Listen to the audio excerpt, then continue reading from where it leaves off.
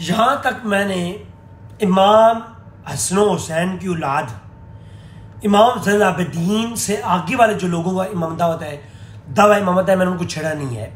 सिर्फ इनके मुकाबले में मोहम्मद हनफिया और जाफर तैयार उनकी नस्ल में से जिन जिन लोगों ने दावा इमामत किया और उनके बारे में जो शिया किताबों के अंदर था मैंने पेश किया है।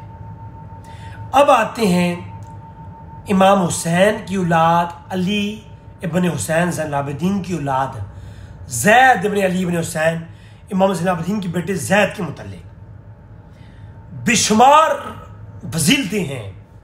जिस तरह मोहम्मद हनफिया के फजीलतें मैंने आपके सामने पेश की, तो इसी तरीके से इमाम ज़ैनुल आबिदीन के बेटे ज़ैद की बड़ी फजीलत है, बहुत बड़ी फजीलत है।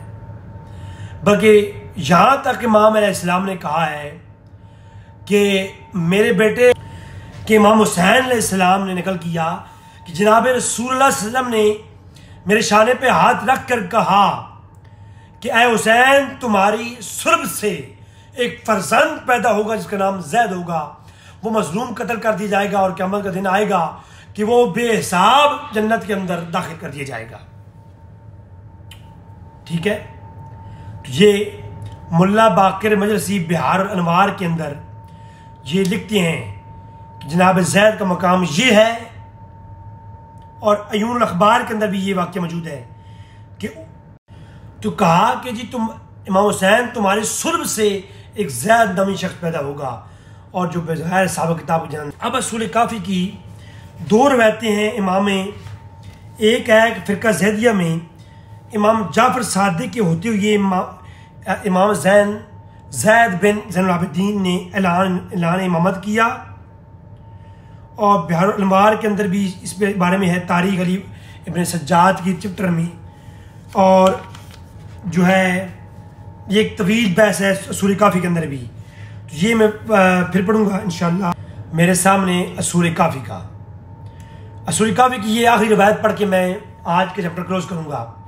लेकिन ये जो है ना बहुत ख़तरनाक किस्म की रवायत है, और इसके अंदर क्या गुफ्तगू हो रही है। ये तवील एक रवायत है किताबुल हुज्जत के चैप्टर के अंदर, और सफ़ा नंबर 345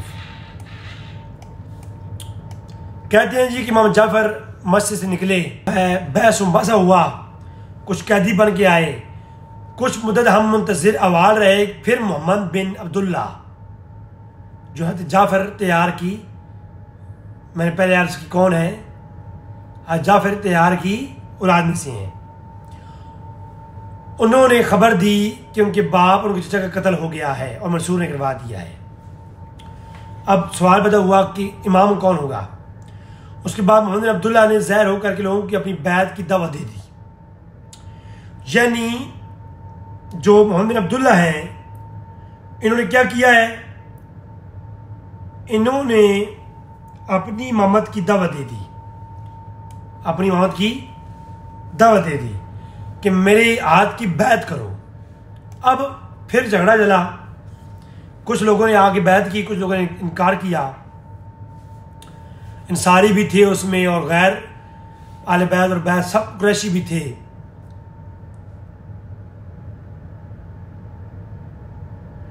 फिर कुछ लोगों ने बैत ने की, तो मशवरा दिया मोहम्मद को ईसा बिन ज़ैद बिन अली बिन हुसैन ने। इमाम ज़ैनुल आबिदीन के बेटे ज़ैद के बेटे ईसा ने इमाम ज़ैद के पोते ने यह मशवरा दिया मोहम्मद बिन अब्दुल्ला को, जो कि इब्न मुआविया हैं, उनको। दोनों हजरात आले बैत की कुंबे से इनका ताल्लुक है। तो इमाम ज़ैनुल आबिदीन इमाम हुसैन के जो बेटे हैं, उनके बेटे ज़ैद के बेटे ने को मशवरा दिया कि आप लश्कर के अफसर भी हो, तो आप इस बारे में क्या कहते हो, कोई मशवरा दो। तो उन्होंने कहा कि आप इन रिश्तेदारों के पास जाएं, आले बैत के पास जाएं, यानी ज़ैनुल आबिदीन की जो औलाद है उसको ये मशवरा दिया गया कि तुम जा करके अपने खान वादे के पास जाओ, अपने ख़ानदान से जा करके पहले बैत लो। वो बैत करेंगे तो बैर वाले बैत करेंगे, घर वाले बैत करें तो बैर वाले करेंगे ना। प्यार से कहो, अगर नहीं मानते तो सख्ती से काम लो। असूली काफ़ी पढ़ रहा हूँ मैं। और इस मामले को वरना मेरे सुपुर्द करो, मोहम्मद ने कहा, मोहम्मद अब्दुल्ला ने। ठीक हो गया।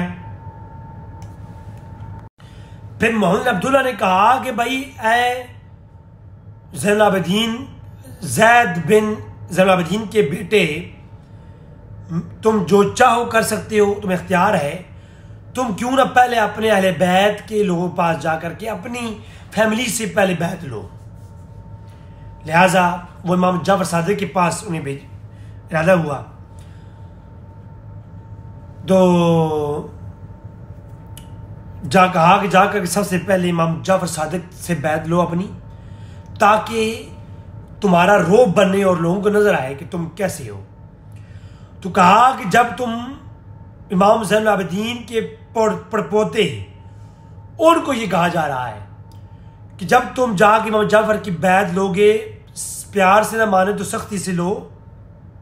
ठीक है, अगर सख्ती से करोगे तो फिर लोग समझ जाएंगे कि जब अब अबू अब्दुल्ला इमाम जाफर के साथ ये किया है तो फिर हमारे साथ क्या होगा। आप देखें आले बैत के अंदर एक दूसरे को कैसे मशवरे दिए जा रहे हैं जी। और नहीं, अबू बकर सिद्दीक कहा करते थे, काश मैं 3 काम ना करवाता। क्या करवाता? अली के एक दरवाजे पर जाके धमकी न दिलवाता। और भाई वो धमकी बड़ी चीज थी या यहां पर इमाम जाफर को घसीटने की जो बात की जा रही है ये बड़ी चीज है? हद होती है। कहा कि जा करके इमाम जाफर को ऐसा सबक सिखाओ कि लोग समझ जाएं कि जब इमाम जाफर के साथ ये किया है तो हमारे साथ क्या होगा। और इमाम जाफर कौन है ये भी आपको पता है। और इमाम ज़ैनुल आबिदीन के पड़पोते मूसा, जिनका नाम है ईसा बिन ज़ैद, ठीक है, इमाम ज़ैद के जो बेटे हैं, ज़ैद बिन ज़ैनुल आबिदीन के जो बेटे हैं, इमाम ज़ैनुल आबिदीन के जो पोते हैं, उन्होंने जो है कहा कि जाकर इमाम जाफर को सही दबाओ। ठीक है, फिर मूसा कहता है, थोड़ी देर के बाद मोहम्मद बिन ईसा और इमाम अलैहिस्सलाम के पास आए और कहने लगे, आप मोहम्मद की बैत कर लीजिए, अगर जान की सलामती चाहते हो तो। इमाम जाफर सादिक को उन्हीं की, इमाम हसन हुसैन की औलाद का शख्स, इमाम हसन हुसैन ही की औलाद के शख्स को कह रहा है, इमाम मोहम्मद अब्दुल्ला की कर लो बैत, अगर जान की सलामती चाहते हो तो। आपने मोहम्मद को मुखातिब करके कहा, क्या तुमने हजरत रसूलुल्लाह के बाद नबूवत की पैदा कर ली है? इमाम जाफर ने कहा, क्या तुम नबी हो गए हो? कहा कि मोहम्मद ने कहा कि नहीं, मैं नबी नहीं हूं, मैं इमाम हूं। आप मेरी बैत करनी है तो करें, अपनी जान को महफूज कर लें और अपनी औलाद को भी महफूज कर लें, ताकि आपको लड़ने की तकलीफ तक जाना ही ना पड़े। ये लफ्ज असूल काफी के हैं।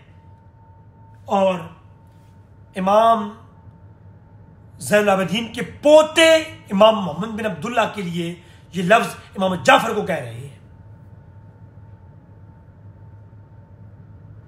फिर हज़रत ने फरमाया कि मैंने, ऐ मेरे बेटे, ऐ जो है अली की औलाद में से और हसन हुसैन की औलाद में से और इमाम ज़ैनुल आबिदीन के पोते, हमने झगड़ा और लड़ाई जंग नहीं करनी। आप लोग खुदा का वास्ता है ऐसी हरकतें ना करो। ऐ मेरे भतीजे, तुम जाकर एक जवानों के साथ कोई पंगा लो, मुझ बूढ़े के साथ क्या करते हो? अब बताओ जी, अली को घसीटा गया, अबू बकर ने घसीटा है। भाई अली को तो घसीटा अबू बकर ने, अगर वो बाद में वो सीरीज आएगी, हमारी गुफ्तगू आएगी कि वो क्या सच है, लेकिन बिलफर्ज बकौल शिया के अगर अली की दाढ़ी से पकड़कर घसीटा गया, वहां कुफ्र हो गया, तो इमाम जाफर को घसीटने वाले मोमिन रहे हैं। अगर मोमिन नहीं, इनकी शरीय हैसियत बयान करें, ये कौन है? हैं जी। फिर मैं बताऊंगा कि आगे इनके हाथ पे और किन किन बैत कर रखी है। अगर किसी का फिर कहते हैं कि तो पूरा आदल 10 लोग और चले जाएंगे साथ में। कहा कि भतीजे किस जवान के साथ कार मेरे साथ क्या करता है, मैं तुम्हें झगड़ना नहीं चाहता। फिर मोहम्मद ने कहा कि ऐ इमाम जाफर, आपके बैत किए बगैर कोई चारा है ही नहीं, कोई छुटकारा नहीं है। तो इमाम जाफर ने कहा कि भाई देखो, अगर तुम लोग बैत लेनी है तो मैं बैत नहीं तुम्हारी बैत नहीं करता। मैं जंगल में शहर छोड़ के जंगल चला जाता हूँ, जंगल में मैं अभी रोज गुजार कर लूंगा। तो मुझे जंगल जाना पसंद है, तुम लोगों की बैत करना पसंद नहीं है, क्योंकि तुम इमाम बराक नहीं हो। इमाम जाफर कहते हैं इमाम मैं हूं। इमाम जाफर इमाम या इमाम मूसा इब्ने ज़ैनुल आबिदीन इमाम। अच्छा, फिर इमाम मोहम्मद ने कहा अल्लाह आपको मेरी बैत करना होगी, वल्लाह आपको मेरी बैत करना होगी, चाहे बखुशी चाहे बकराहत, जबरदस्ती करो या खुशी के साथ करो, तुम्हें बैत तुम्हारी करनी पड़ेगी। हम अली के बेटे हैं, कोई मजाक तो नहीं है, बैत करनी पड़ेगी।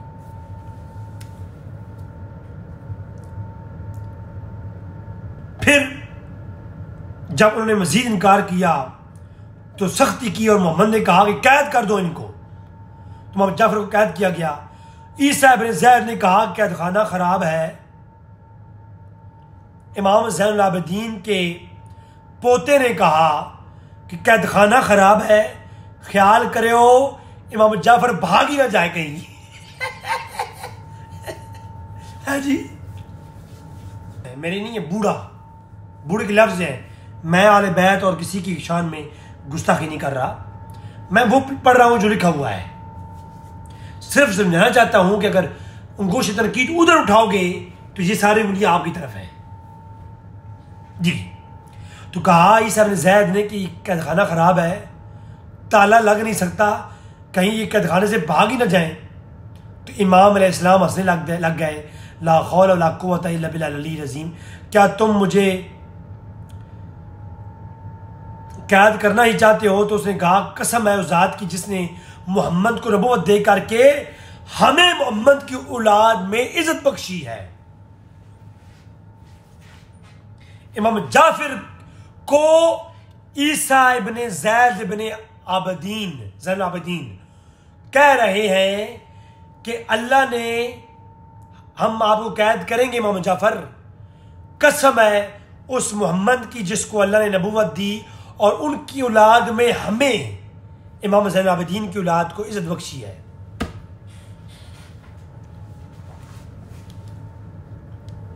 जी। और फिर कहा हम जरूर तुम्हें कैद करेंगे और तुम पे सख्ती लगवाएंगे। ईसा इब्न ज़ैद ने कहा कि उनको मुखबार में कैद कर दो, वो बहुत मजबूत जगह है, कुछ नहीं होगा। फिर तवील बहस है। कहा कि ईसा इब्न ज़ैद ने कहा अगर अब आप कुछ बोले तो मैं आपका मुंह तोड़ दूंगा बाबा जी। इमाम ज़ैनुल आबिदीन के बेटे ज़ैद के बेटे ईसा ने कहा, यानी ईसा इब्न ज़ैद ने कहा कि बाबा इमाम अबू जाफर को कहा कि अगर आप अभी बोले तो मैं आपका मुंह तोड़ दूंगा। हुआ फिर उन्होंने खरूज किया और इस्माइल बिन अब्दुल्लाह बिन जाफर अबी तालिब के पास पहुंचे। इस्माइल बिन अब्दुल्लाह बिन जाफर अली के भाई जाफर तैयार के पोते के पास पहुंचे। ये बड़े मर्द बुजुर्ग और ज़ईफ थे और उनकी एक आंख से भी नजर कम थी। तो इन्होंने क्या किया, ताकत भी ज्यादा थी। उन्हें कहा गया कि तुम हमारी बैत करो। उन्होंने कहा भाई ब्रदर ज़ादे, ऐ मेरे भाई के बेटे, मैं बूढ़ा और कमज़ोर हूं और तुम्हारी नेकी और मदद का मोहताज हूं, मैं बैत करूं ना करूं तुम्हें क्या फायदा नुकसान। कहा जी तुम बैत करोगे तो हमें ताकत मिलेगी, बैत करो। अब इमाम जाफर को कैद करके जो लोग आले बैत और इमाम ज़ैनुल आबिदीन की औलाद में से ये सारा मामला कर रहे थे, उनके पास इमाम जाफर तैयार अली के भाई के पोते आए और उन्होंने इमाम जाफर को ये कहा कि अल्लाह की कसम दे के तुम्हें कहता हूं, तुम बैत क्यों नहीं कर रहे हो? तुम्हें अल्लाह की कसम दे के कहता हूं कि जब मोहम्मद बिन अली की खिदमत में हम लोग थे और कपड़े हम जो है एक रोज कपड़े हम ज़ाद रंग से पहने हुए हम बैठे थे, तो उस दौरान क्या नफ्सुल ज़किया का जिक्र नहीं हुआ था कि कहा था, इमाम ने कहा था कि एक शख्स ऐसा होगा कि जो औलाद हसन से मेरे रसूल पर चढ़ेगा, अपनी इमामत की तरफ लोगों को बुलाएगा और अपना नाम रखेगा असली नाम से हटा करके ये नफ्सुल ज़किया। तो क्या आपको नहीं पता? तो बस इमाम जाफर अलैहिस्सलाम ने फरमाया, हाँ ये बात मुझे याद है, कसम है रब्बे काबा की, ये रमजान की से बहुत कम रोजे रख पाएगा और वगैरह वगैरह वगैरह। तो ये सारी बात करने के बाद कहा कि इमाम अलैहिस्सलाम कैद खाने में ले गए और मूसा बिन अब्दुल्ला कहता है कि एक रात गुजरी थी कि इस्माइल ने भतीजे मुआविया बिन अब्दुल्ला बिन जाफर को औलाद आई कि मुआविया बिन अब्दुल्ला बिन जाफर की औलाद आई, उन्हें इस्माइल को लात मारी।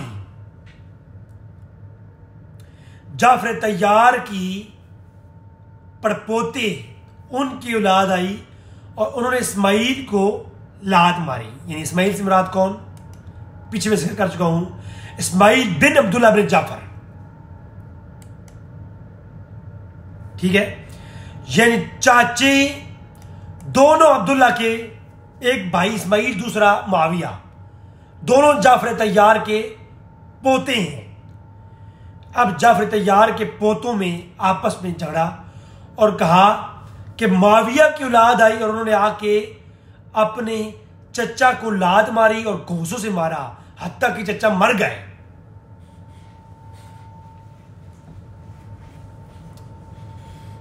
और अली की औलाद में और जाफर तैयार की औलाद में एक दूसरे को मारा गया और लोग मर भी गए। शरीयत नहीं बिगड़ी, काफिर कोई नहीं हुआ, इस्लाम से कोई नहीं फिरा, मुनाफिक कोई नहीं हुआ, फसादी कोई नहीं हुआ। लेकिन जब बात आ जाए कि फलां साहबी लड़ते लड़ते फलां साहबी को मार डाला है, तो वो जनाब वो कैसे? बात समझ नहीं आई, बात में आ रही? मर गए। फिर आगे जो है लंबी बहस है, मेरे ख्याल में मुख्तसारी करनी चाहिए थी इस बात को। तो लिहाजा ये मैंने आपके सामने असूल मिनल काफ़ी की रिवायत पढ़ी, जिसके अंदर ये बात वाज़ेह हो गई कि आले बैत के कितने इमामों के आपस में झगड़े हुए और मारा दिया गया एक दूसरे को, और इमामत के मौजू पे झगड़े चलते आए, और इमाम ज़ैनुल आबिदीन और इमाम मोहम्मद बिन हनफिया और अली की औलाद में से ही झगड़े आते रहे, मगर किसी के ऊपर कोई जूं नहीं रिंगती कोई कलाम करे। हाँ, साहब कराम की कुछ थोड़ी सी बात भी आए तो कहते हैं साहब कराम काफिर हो गए, इस्लाम से फिर गए, फसादी थे इस्लाम के अंदर साहब कराम। तो अगर साहब कराम की छोटे से, अगर अल्लाह की कसम आले बैत के झगड़ों को इकट्ठा करूं तो 10 जिल्दों पे किताब बनती है। साहब कराम के झगड़ों पे इकट्ठे करूं तो 2 जल्दी पूरी नहीं होंगी। साहब कराम के झगड़े इतने से हैं, आले बैत के झगड़े इतने से हैं, मगर अहले सुन्नत का अकीदा क्या है? दोनों हज़रात की मुशाजरात पे हम कलाम नहीं करेंगे। दोनों हज़रात जनती हैं और हम उनकी गर्द को नहीं पहुंच सकते, सहाबा इकराम हो आले बैत हो। जबकि शिया का अकीदा ये है कि नहीं, असूल की जंग है।